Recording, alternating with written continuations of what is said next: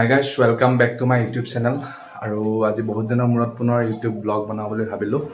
সম্পূৰ্ণ এটা semester blog নবনোৱাকৈ গ'ল, একো নাই বাৰু। আৰু এতিয়া অসমীয়া চলচ্চিত্ৰ জগতত এটা নামেই খুব প্ৰচলিত হৈ আছে, শ্ৰী ৰঘুপতি। মুভিখন চোৱাৰ মোৰো বহুত ইচ্ছা আছিল, কিন্তু চিৰচা মুভিখন লগোৱা নাই। গতিকে যোৱাকালি মই মৰিগাঁও আহি পালোঁ, আজি মই মুভিখন চাব যাম। মোৰ লগত মাও যাব, মাও চাওঁকৈ আছিল, কিন্তু যোৱা লগ নাই কাৰণে মাও চাব পৰা নাই। টিকেট অলৰেডি কটা হৈ গৈছে। এতিয়া টাইম হৈছে 1:30 আৰু 2 বজাৰ পৰা আমাৰ শ্ব'। তো যাই আছোঁ ৰঘুপতি চাব, লগ পাম চিনেমা হলত। এইটো আমাৰ মৰিগাঁৱৰ ৰয়েল চায়েন্স চিনেমা হলটো, এইফালে এইটো ৰয়েল চায়েন্সটো মৰিগাঁৱৰ চিনেমা হলটো। আৰু এতিয়া আমি ইফালে যাব লাগিব, এইটো চাইডেদি এনেকৈ এণ্ট্ৰেঞ্চ আছে ইফালে। এয়া বক্স অফিচত টিকেট যিবিলাকে অফলাইন বুকিং কৰে তেওঁলোকে এড কৰিব, আৰু ইফালে আমাৰ এণ্ট্ৰি আছে।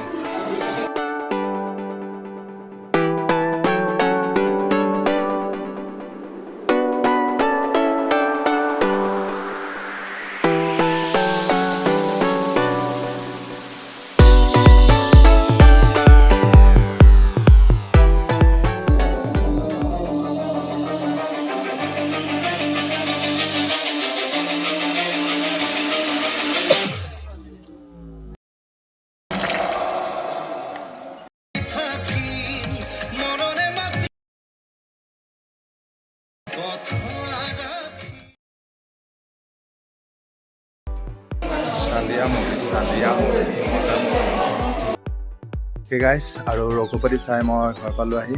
আৰু ৰঘুপতিৰ বিষয়ে ক'বলৈ গ'লে খুবেই ভাল মুভি এখন, অসমীয়া চলচ্চিত্ৰ জগতৰ খুবেই ভাল মুভি। অভিষেক দাৰ একশ্যন, চিনেমাটোগ্ৰাফী, ডাইলগ ডেলিভাৰী সকলোবোৰ খুব ভাল হৈছে।